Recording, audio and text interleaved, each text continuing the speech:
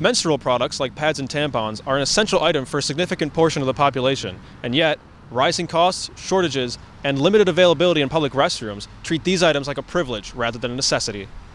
Inaccessibility to menstrual products, or what's known as period poverty, is a widespread issue that affects millions of Americans in their everyday lives. Elise Davis is just one of many who have had to deal with the lack of assured access to these items.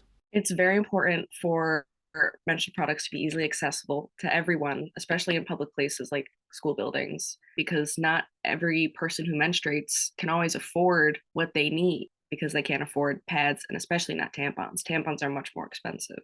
Speaking of the cost, if you were to visit a few different stores or pharmacies, you'll notice the striking price differences.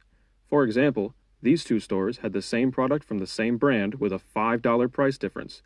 Davis explains how this is part of a greater obstacle for menstrual equity.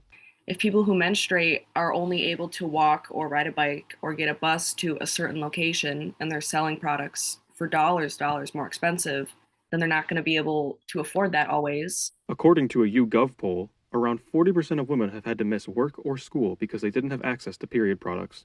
Shortages in the US have magnified this issue in the past few months, as most stores will only have a few items on their shelves. Fortunately, some programs, like those available to Buffalo State College students, have offered better access to period products. Assistant Director of Prevention and Health Promotion at Weigel Health Center, Paula Madrigal, wants to ensure no student has to go without what they need to be prepared and comfortable. If a student ever needs any supplies, they can always come to the health center, and we're open all year round. But also, any issue that a student is having, they're more than welcome to reach out to me, and I'm happy to help find a solution. Aside from the help offered by the Weigel Health Center, Madrigal also mentioned another available resource for Buffalo State students, Milligan's Food Pantry. Milligan's is the food pantry on campus.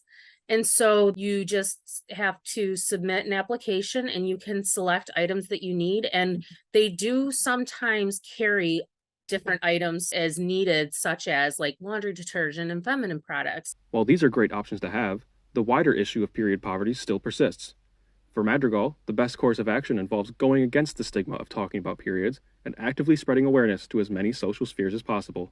We need to advocate in spaces. We need to find those allies who have those privileges. Nobody chooses their biology. People can't control when menstruation happens. And I think it's a bit unfair to sell people a product that they would need and that they can't control their need for it. If you'd like to learn more about product shortages or available resources, check out our website at broadcastingbuffalo.com. In Amherst, I'm Andrew McClare.